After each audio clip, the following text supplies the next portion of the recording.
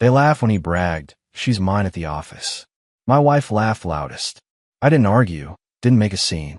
I just walked out and made one phone call. 20 minutes later, he saw me with the keynote speaker and went pale. "We have a problem," he whispered to his boss. He had no idea how big. "My name is Philip Aldridge. I'm 49 years old, and for the last 11 years, I've been the corporate risk management director at Sterling Dynamics, a Fortune 500 energy corporation headquartered in Houston. Before that, I spent 8 years at Kellerman Associates, one of the most prestigious legal firms in Texas, specializing in corporate compliance and internal investigations. I helped companies identify vulnerabilities before they became scandals. I taught executives how to protect themselves from exactly the kind of mess my wife was about to create." The irony wasn't lost on me. Lauren and I had been married for 17 years. We met at a compliance conference in Dallas back in 2008. She was sharp, ambitious, the kind of woman who commanded a room without raising her voice. She'd just been promoted to senior human resources manager at Sterling, and I was consulting on their new ethics framework. We clicked immediately. Same industry, same drive, same understanding that corporate America was a chess game, and we were both several moves ahead of everyone else. Or so I thought. We had 2 children. Emma, 16, brilliant and perceptive in ways that sometimes scared me, and Liam, 12, the kid who made me believe in unconditional love, even when biology said otherwise. I didn't know that part yet. That revelation was still waiting in the wings, ready to gut me when I was already bleeding out.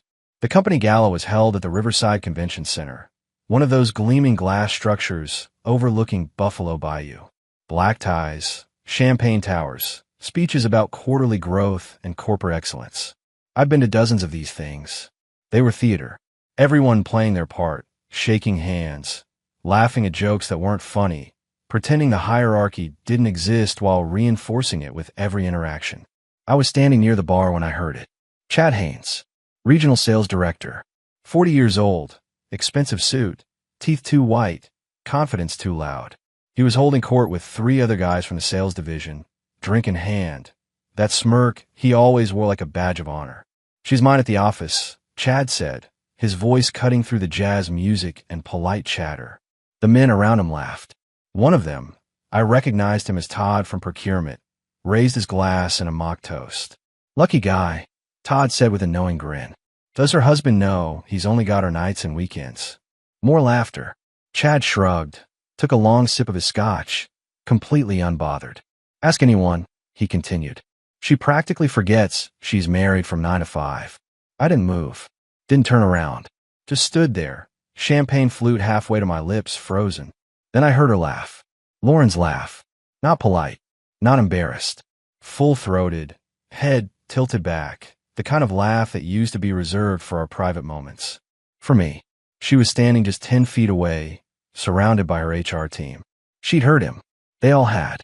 And instead of shutting it down, instead of walking away, she laughed like it was the funniest thing she'd heard all night. I set my glass down on the bar, adjusted my cufflinks, didn't approach them, didn't make a scene. That would have been the amateur move, the emotional move. I walked out to the terrace instead, pulled out my phone, and made a call I should have made months ago. "Eleanor," I said when she picked up. "It's Philip. I'm ready to move forward." I didn't go back inside right away. Let them wonder where I went. Let Lauren scan the room looking for her dependable husband, the one who always showed up, always smiled, always played his part in her carefully constructed corporate image. That version of me was done. Eleanor Crane was the keynote speaker that night. She'd flown in from Boston to talk about ethical leadership and corporate accountability. Most people in that ballroom had no idea who she really was beyond her prepared remarks and impressive credentials. But I knew. We'd worked together 7 years ago when Sterling had a potential whistleblower situation that needed delicate handling. Eleanor had been the external investigator. I'd been the internal counsel, coordinating with legal. We'd buried a senior VP's misconduct so deep his own mother couldn't find it. She owed me. And more importantly, she remembered. I found her near the podium, speaking with Sterling's COO. When she saw me approaching, something shifted in her expression. Recognition. Then calculation. She excused herself smoothly and walked toward me. "Philip," Eleanor said, extending her hand. Professional. Measured. "It's been too long. It has, I replied. Do you have a moment? We moved to a quiet corner table, away from the crowd. I kept my voice low, my posture relaxed. Anyone watching would think we were just two professionals catching up. I need to activate something, I said. That consulting contract we discussed years ago. The one you said you'd keep open indefinitely. Eleanor's eyes narrowed slightly. The ethics review position. Yes, I'm ready to accept it. Quietly. Starting next month. She studied me for a long moment. Eleanor didn't miss much. She'd already cataloged my tension, the way I'd positioned myself to watch Lauren across the room, the carefully controlled anger beneath my calm exterior. Personal or professional motivation? She asked. Both, I said. But the work will be professional. You have my word. Eleanor nodded slowly, then reached into her clutch and pulled out a business card. She wrote something on the back. Call this number Monday morning, she said. We'll have contracts ready by Tuesday. As she handed me the card, she placed her other hand on my shoulder. Not flirtatious, not dramatic, just a gesture of professional respect, of alliance. But it was visible, very visible. Across the room, I saw Chad Haynes freeze mid-conversation. His eyes locked on me and Eleanor. Then he turned to the man beside him, Sterling's VP of Sales, and whispered something urgent. The VP's expression shifted from confusion to concern. Chad's face had gone pale. I heard him say to his boss, voice tight with sudden panic, "We have a problem." The VP frowned. "What do you mean?" But Chad didn't answer. He just stared at me, finally understanding that he'd been playing checkers while I'd been setting up a chessboard. Eleanor noticed his reaction. A small smile touched her lips. "Friend of yours?" she asked. "Not exactly," I said. "But he's about to become very familiar with your work." Eleanor's smile widened. "I look forward to it. They used to call me the ghost. Not to my face, of course.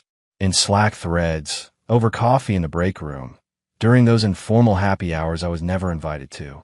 Lauren's husband, the quiet one, the guy who showed up at company events, smiled politely, and disappeared into the background like wallpaper.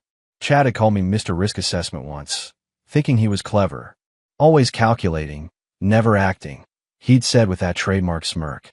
He had no idea how right he was. I'd spent 6 months documenting everything, not because I was paranoid, but because I was thorough. It's what made me good at my job. You don't manage corporate risk by reacting emotionally. You gather data. You build cases. You wait for the perfect moment to deploy your findings. The hotel receipts came first. Marriott, Dallas, filed under client development. Except the client Lauren claimed to be meeting had retired 8 months earlier. I'd verified that with a single phone call. Then came the Slack messages. Lauren had asked me to help transfer photos from her work phone before an upgrade. She'd handed me the device like it was nothing. Just make sure nothing gets lost, she'd said. I'd made sure everything was preserved.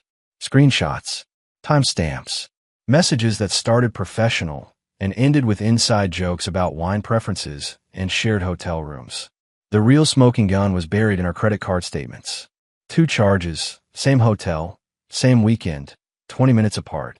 One in Chad's name for room 817. One in Lauren's name for room 819. Both billed to company cards under client entertainment. Adjacent rooms. Conference in San Diego that neither of their supposed clients attended. I printed everything. Organized it in a navy folder with the same precision Lauren used to mock me for. Then I'd locked in my home office filing cabinet and waited. 3 months ago, Lauren had asked me to review the updated ethics policy for Sterling. Some legal jargon she didn't understand. Just a glance, she'd said sweetly, "I'll owe you dinner." What she'd handed me wasn't just a policy draft.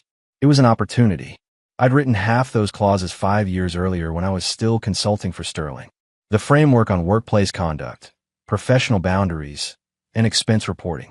I knew every loophole, every enforcement mechanism, every penalty structure. So I'd updated it, strengthened it, added 3 new paragraphs that specifically addressed non-client travel with employees of different rank, personal communications on company platforms unrelated to work tasks, and behavior likely to create perception of impropriety. Lauren had skimmed my changes, thanked me, and submitted the policy to the board. It was approved unanimously. She'd never asked what I'd actually written, never bothered to read the fine print. She just trusted that her dependable husband would help her look good. Now those same clauses were going to bury her. Eleanor had texted me Sunday morning. Simple message. Call me when you're alone. I'd waited until Lauren left for her morning run, then dialed. I pulled Sterling's current ethics documentation. Eleanor said without preamble. Interesting reading. Paragraph 9 particularly caught my attention. I thought it might. I replied. You wrote this, didn't you? Parts of it. Years ago. And some recent updates. Eleanor laughed. Short and sharp. Philip, you're either brilliant or vindictive. Possibly both. Just thorough, I said. Well, your thoroughness is about to make my job significantly easier. I'll need copies of everything you have. Documentation, communications, financial records. Can you get them to me by Tuesday? Already scanned and encrypted. I'll send you the access codes tonight. There was a pause. How long have you known?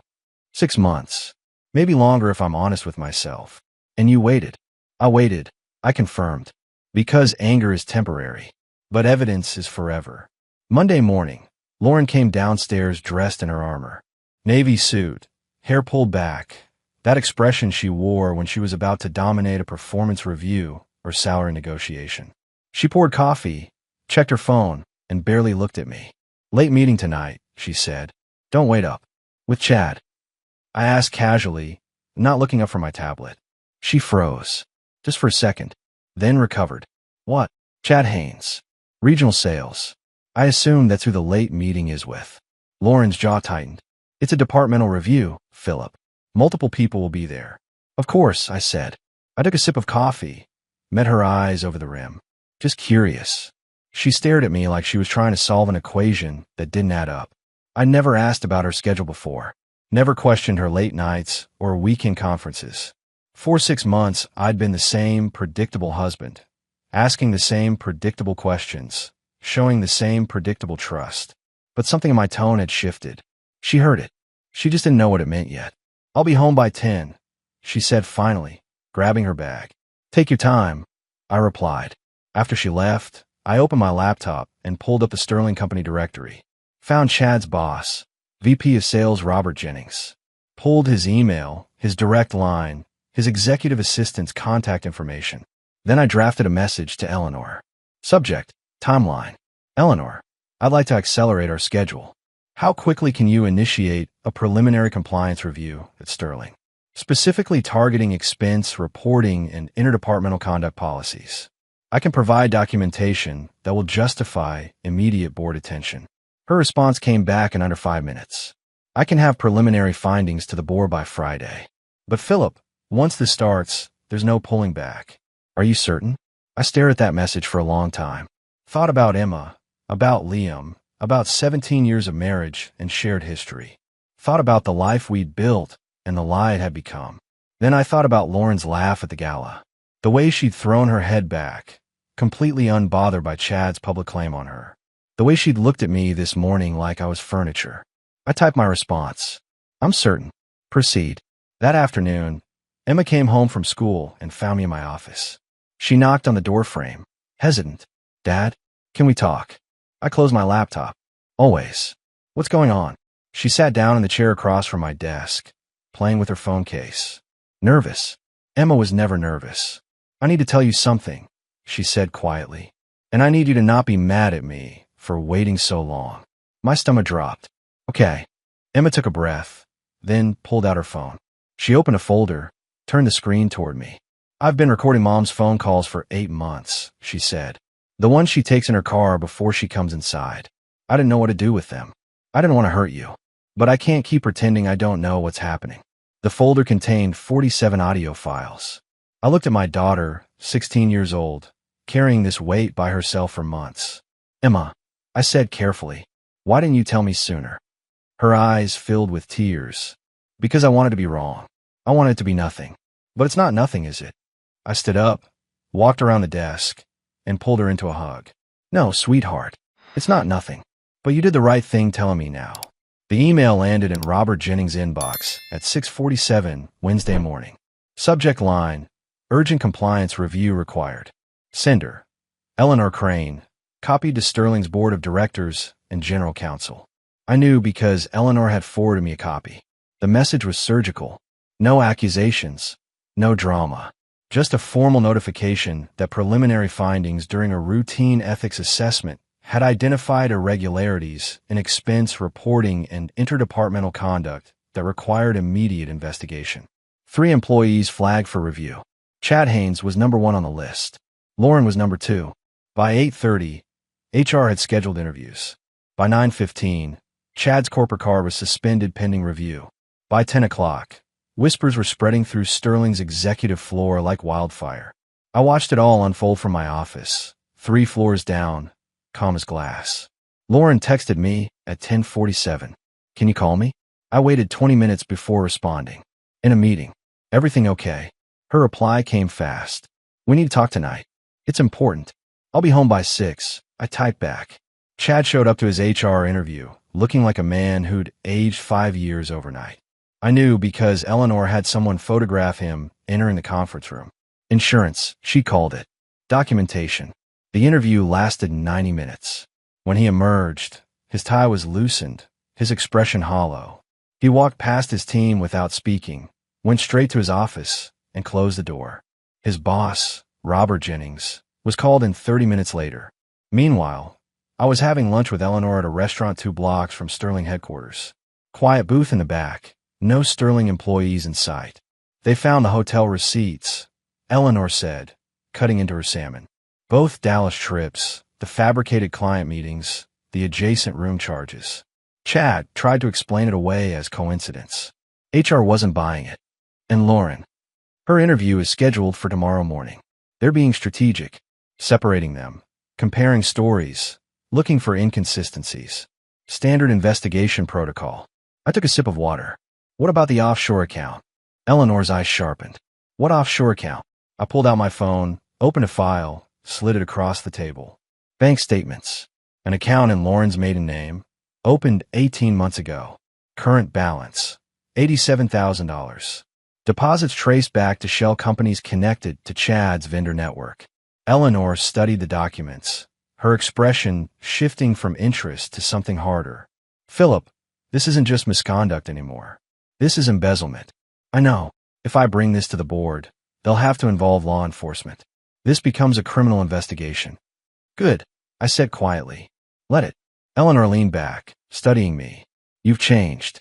The Philip the First knew 7 years ago would have tried to contain this quietly. Protect the company's reputation. Minimize damage. 7 years ago, I still believed in protecting things that mattered," I said. "Now I just believe in consequences." She nodded slowly, then picked up her phone. "I'll have this on the board's desk by end of business today. Once they see financial fraud, they'll move fast. Very fast." "How fast?" "Chad and Lauren will both be suspended by Monday. Criminal referral to federal prosecutors by Wednesday. Asset freezes within 2 weeks." I thought about Lauren coming home tonight, expecting to manipulate the conversation, to spin whatever story would keep her safe. She had no idea the ground beneath her had already opened up. "One more thing," I said. "Liam, my son. I need a paternity test done quietly. Can you recommend someone?" Eleanor's expression softened slightly. "I'm sorry, Philip. Don't be. I just need to know the truth." She pulled out her card, wrote a name and number on the back. "Dr. Sarah Vance. Discretion guaranteed. Tell her I sent you." That evening, Lauren came home at 5:30. Early for her. She looked rattled, makeup slightly smudged, that perfect professional mask showing stress lines. "We need to talk," she said, dropping her bag on the counter. "Okay," I replied. I was making dinner. Pasta, garlic bread, the kind of normal domestic scene we performed 1,000 times. "What about?" "HR called me in for an interview tomorrow. Some compliance thing. Do you know anything about this?" I kept stirring the sauce. "Should I?" "Philip, I'm serious. This is about Chad. About expense reports. Someone's making accusations." I turned to face her. "Are the accusations true?" She froze. "What?" "The expense reports. The travel. The hotel rooms. Are the accusations true?" Lauren's jaw tightened. "This is ridiculous. You sound like you already believe I did something wrong." "I'm just asking a question, Lauren." "No, you're accusing me, just like everyone else." I set down the spoon, looked at her directly. "I haven't accused you of anything. I asked if the reports were accurate. That's not the same thing." "You're my husband," she said, voice rising. "You're supposed to be on my side." "I am on the side of truth," I replied calmly. "If you didn't do anything wrong, The investigation will clear you. If you did, well, then you'll have to deal with the consequences. Either way, it's not about sides. It's about facts. Lauren stared at me like I'd become a stranger. I don't even know who you are anymore, she whispered. Funny, I said, turning back to the stove. I was just thinking the same thing about you. Lauren's HR interview happened Friday morning at 9 a.m. She'd left the house at 7:30, dressed like she was going to war. Dark suit, hair severe, that expression she wore when she was about to tear someone apart professionally. She thought she was walking into a manageable situation. A misunderstanding she could clarify with the right explanations. She had no idea what was waiting. The interview lasted 4 hours. I know because Eleanor texted me updates every 30 minutes. 9:47. She's denying everything. Claims the hotel charges were administrative errors. 10:23. Just showed her the Slack messages. Her attorney is advising her not to comment. 11:15. Bank records on the table. She's gone pale. 12:34. Interview concluded. Lauren is being placed on immediate administrative leave. Badge deactivated. Company devices confiscated. I was in my office when Lauren called. I let it ring 4 times before answering. Philip. Her voice was shaking. I need you to come home. Now. Please. What happened? Just come home. I can't talk about this over the phone. I found her in our living room, still in her suit, mascara streaked, staring at nothing. On the coffee table sat a manila envelope. Sterling Dynamics letterhead. Her termination notice. They fired me, she whispered. Effective immediately.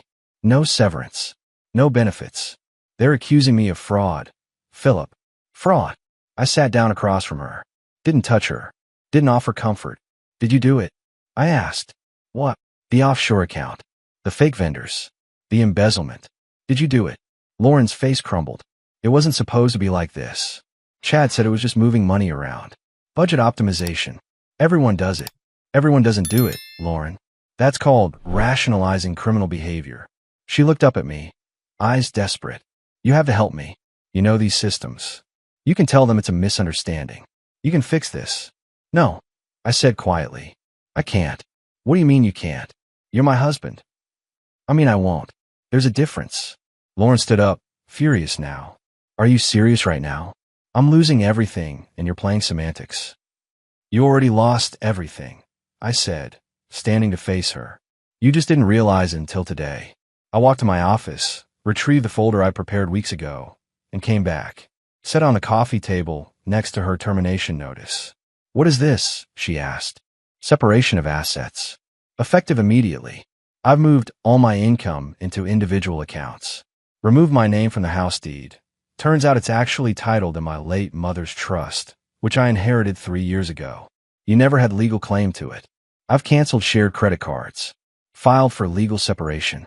Lauren opened the folder with trembling hands. Read through the documents. Each page another door slamming shut. You planned this, she breathed. You knew. How long have you known? 6 months. Maybe longer. And you said nothing? You just let me walk into this. I let you make your choices, I replied. I just made sure I documented them. She looked at me with something between rage and disbelief. Who are you? What happened to the man I married? He got tired of being invisible, I said. He got tired of being the punchline. He got tired of watching his wife laugh while another man claimed ownership of her in public. Lauren's face twisted. This is about Chad? About some stupid comment at a gala? You're destroying our marriage over a joke. No, Lauren. You destroyed our marriage. I'm just cleaning up the mess. The house phone rang. I answered it. Eleanor's voice came through calm and professional. Philip, the board has made their decision. They're referring both cases to the FBI. Federal wire fraud charges. I wanted you to hear it from me first. Understood, I said. Thank you, Eleanor. I hung up, turned back to Lauren. She'd heard every word. Federal charges? She whispered. Philip, please. I made a mistake. I'm sorry. Don't let them do this. It's already done, I said. And honestly, Lauren, I'm not sure you're actually sorry. I think you're just sorry you got caught. I picked up my car keys. Where are you going? She demanded. Out. I suggest you call a criminal defense attorney. You're going to need one. I left her standing in the ruins of the life she'd burned down, and I didn't look back. Dr. Sarah Vance called me on Monday afternoon. I was in my car, parked outside Liam's school, waiting for dismissal. Her voice was professional, kind, the tone doctors use when they're about to change your life. "Mr. Aldridge, I have your results." I gripped the steering wheel. "Go ahead." "Based on the DNA analysis, there is 0% probability that you're Liam's biological father." I'd known, suspected for months, but hearing it confirmed still felt like taking a bullet to the chest. "Do you need me to explain the science?" Dr. Vance asked gently. "No, I understand. Thank you, doctor." I hung up and sat there, watching kids stream out of the building. 12-year-olds laughing, shoving each other, completely unaware that their worlds could shatter without warning. Then I saw Liam.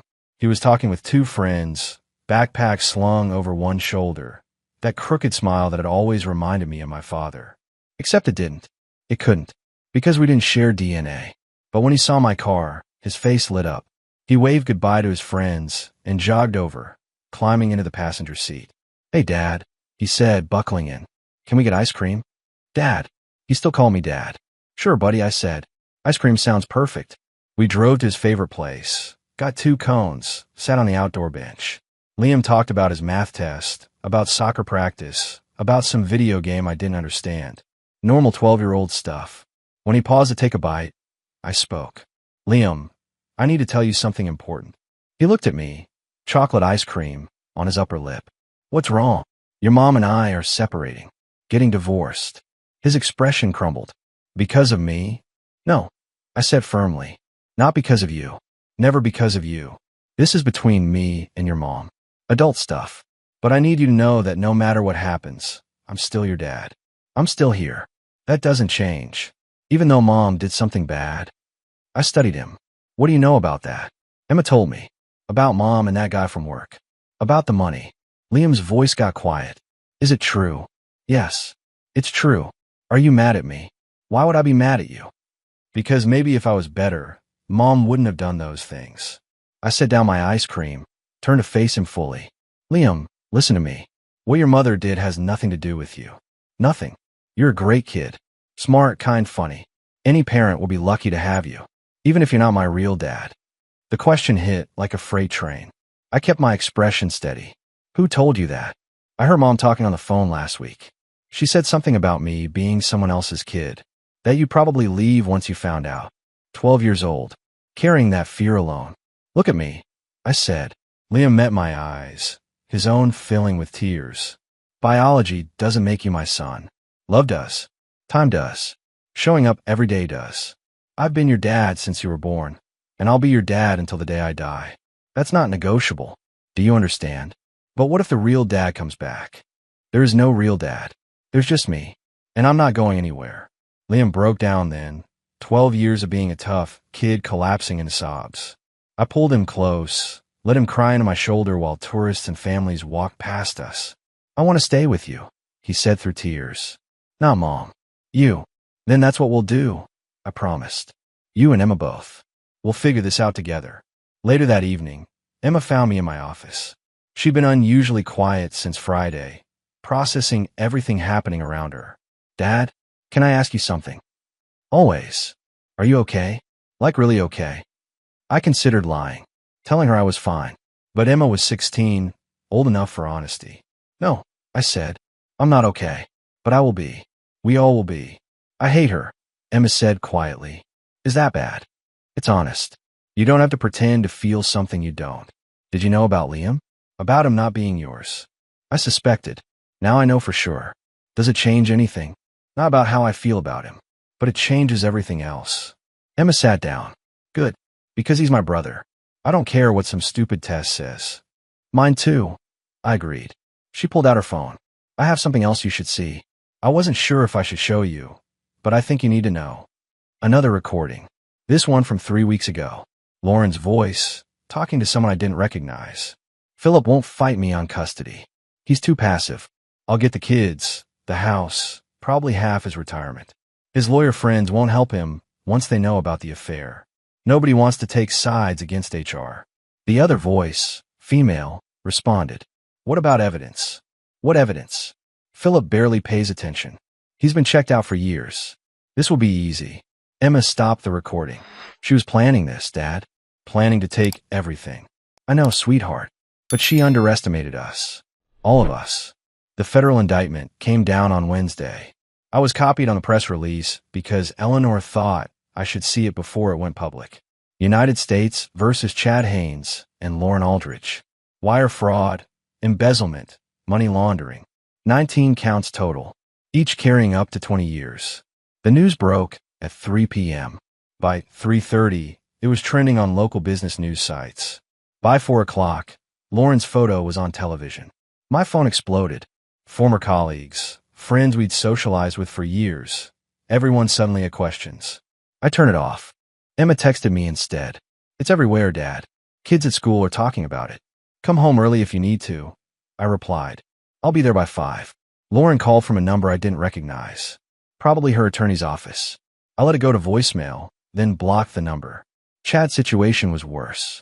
His wife, Julia, had filed for divorce the day after his termination. She'd moved quickly, retained one of Houston's most aggressive family lawyers, filed for full custody of their 3 children. Eleanor had put me in touch with Julia through back channels. We'd spoken once, briefly. She was angry, devastated, but sharp. She knew exactly what she wanted. Her children protected, and Chad's access to them minimized. He lied about everything. Julia had told me. The late meetings, the conferences, the business trips. All of it. I believed him because I thought we were partners. Turns out I was just convenient. I know the feeling, I'd said. Eleanor mentioned you might be willing to share documentation. Text records, hotel receipts, anything that proves the affair. I'll send everything I have. Thank you, Julia had said. And Philip, I'm sorry you're going through this too. We'll get through it. Both of us. Now, watching the news coverage, I wondered what Julia was feeling. Relief? Vindication? The same cold satisfaction I felt watching Lauren's carefully constructed image burn on live television. That evening, Lauren showed up at the house. I'd changed the locks that morning. She stood on the porch, ringing the doorbell repeatedly. I opened the door, but didn't invite her in. We need to talk, she said. Her makeup was smudged, hair pulled back messily. She looked like someone who hadn't slept in days. No, we don't. Philip, please. I'm facing federal prison. 20 years. I need help. I need you to tell them I didn't know what Chad was doing. That I was manipulated. Were you? What? Manipulated. Did you not know the offshore account was illegal? Did you not know the fake invoices were fraud? Did Chad force you to lie on expense reports? Lauren's jaw worked. It's complicated. No, it's really not. You made choices. You chose to steal. You chose to lie. You chose to betray me and our family. Now you face consequences. That's not complicated.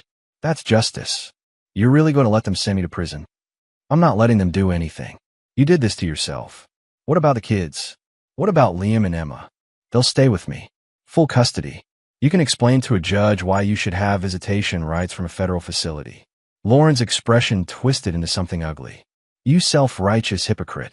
You think you're so much better than me. No, I said calmly. I just think I'm honest about who I am. You've been lying so long you don't even know the truth anymore. I gave you 17 years. And I gave you everything. My trust, my support, my career sacrifices so you could shine. You threw it away for a middle manager and some stolen money. So don't talk to me about what you gave. Talk to your lawyer about plea deals.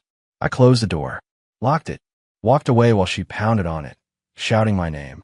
Emma was standing in the hallway, watching. Is she going to prison? She asked. Probably. Good, Emma said. Then she turned and went upstairs. Liam appeared from the kitchen. Was that Mom? Yeah, buddy. I don't want to see her. You don't have to. Ever. I knelt down to his level. That's up to you. When you're ready, if you're ever ready, we can talk about it. But right now, you're allowed to feel however you feel.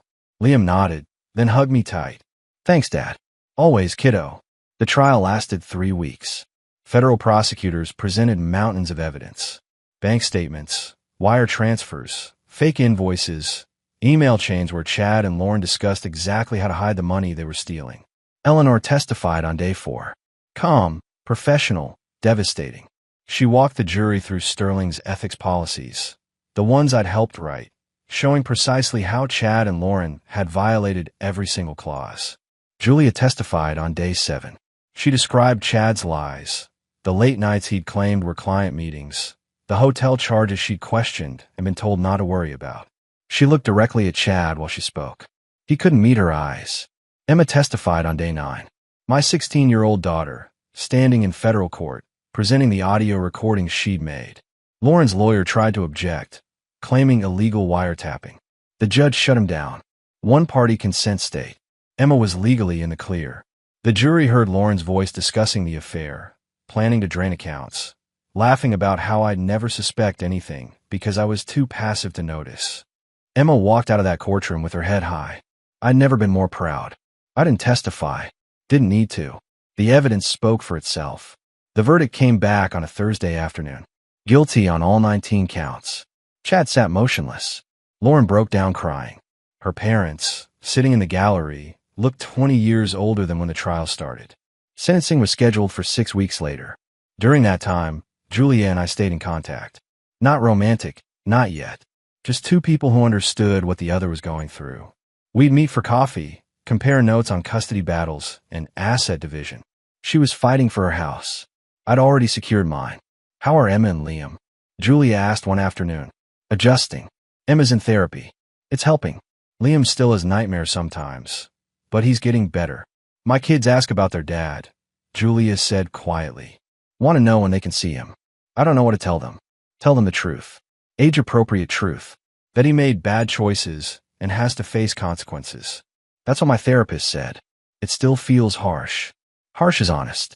Lying to protect them from reality just delays the pain. Julia smiled sadly. When did we get so wise? When we stopped being naive, I replied. Sentencing day arrived on a cold November morning. The courtroom was packed. Press, former colleagues, family members. I sat in the back with Emma and Liam. Eleanor sat beside us. The judge addressed Chad first. 7 years in federal prison. Restitution of $2.3 million. Permanent ban from working in corporate finance. Then Lauren. 5 years in federal prison. Restitution of $870,000. Professional certifications revoked. Lauren's mother screamed. Her father had to be escorted out. Lauren just sat there, hollow-eyed, broken. The judge looked at her. Mrs. Aldridge, you held a position of trust. You were responsible for upholding ethical standards in your organization. Instead, you exploited that trust for personal gain. The court finds your conduct particularly egregious, given your professional responsibilities. Lauren was led away in handcuffs. She looked back once. Not her parents. At me. I felt nothing. Outside the courthouse, reporters tried to get statements. Eleanor handled them. I took Emma and Liam home. That evening, Julia called. It's over, she said. It's over, I confirmed. What do we do now? We move forward. Build something better. Think we can. I know we can. 18 months later, I stood in Eleanor's Boston office, signing the partnership agreement that made me a full partner in Kane and Aldridge Strategic Consulting. Welcome aboard, partner, Eleanor said, shaking my hand. The firm had grown exponentially. We were consulting for Fortune 100 companies, building ethics frameworks, conducting internal investigations.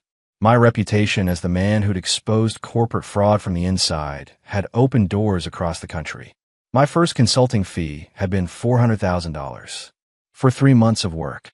I'd used part of it to set up college funds for Emma and Liam. The rest went into investments that would secure their futures regardless of what happened to me. Emma was now 18, headed to UT Austin in the fall on a full academic scholarship. She wanted to study law. Someone has to keep fighting the good fight, she told me. Liam was 14, thriving in middle school, playing varsity soccer despite being the youngest on the team. He'd stopped having nightmares about 6 months ago.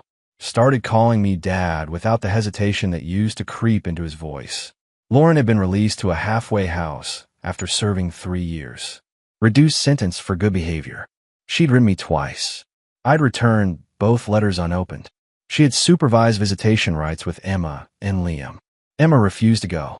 Liam went once, came home quiet, and never asked to go again.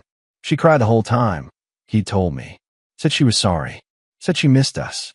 But Dad, it felt fake. Like she was sorry she got caught. Not sorry for what she did. You don't owe her forgiveness, I'd said. Only honesty about how you feel. I feel like she's a stranger. Then that's okay. Julia and I had started dating about 8 months after the trial ended. Slow, Careful, both of us damaged but healing. Her kids and mine got along well. We'd taken a trip to the coast last summer, all 5 of us, and it had felt surprisingly normal. She was talking about moving to Houston. Her teaching credential would transfer. We could combine households, build something stable for the kids. I wasn't ready to remarry. Maybe I never would be. But I was ready to trust again. To try again. Chad was still in federal prison. Julia had full custody, full assets. She bought a house near her school with the settlement money. Her kids are doing well, considering. We talk most evenings, making plans, sharing stories about our days, building a foundation that felt solid. One Saturday afternoon, Emma found me in my office reviewing a contract for a new client. Dad, can we talk about something? Always. She sat down, nervous in a way that reminded me of when she'd first shown me the recordings. I've been thinking about writing a book. About what happened. About corporate fraud and family betrayal, and how we survived it. That's a big project. I know, but I think people need to hear these stories. Not just the legal stuff, but the human cost. What it does to families. I study my daughter, 18 years old, and already wise beyond her years. If you write it, I'll read every draft, I said, and I'll support you however you need. Even if I talk about Mom, about the hard stuff, especially then. Truth matters, Emma, even when it hurts. She smiled. You taught me that. You learned it on your own. I just showed you it was worth learning. That evening, I stood on my back porch watching the sun set over Houston. My phone buzzed. Text from Julia. Dinner tomorrow. My place. Kids want to try out that new pizza recipe. I smiled and typed back. We'll be there. Liam's bringing dessert. Another text came through. This one from Eleanor. Book deal came through. Publishing house wants your story. 7 figures. Interested? I stared at that message. 7 figures to tell the world what Lauren and Chad had done. What it cost. What I'd built from the ruins. Yes, I typed. Let's do it. Because silence had served me well when gathering evidence. But now was time to speak. Not for revenge. Not for vindication. For everyone still sitting in the dark, wondering if they were crazy for suspecting. Wondering if they were paranoid for keeping records. Wondering if leaving would be worth the pain. They needed to know. It was worth it. All of it. The pain, the exposure, the rebuilding. Everything. Some people spend their lives chasing revenge. I spent mine building something better. And that, in the end, was the real victory.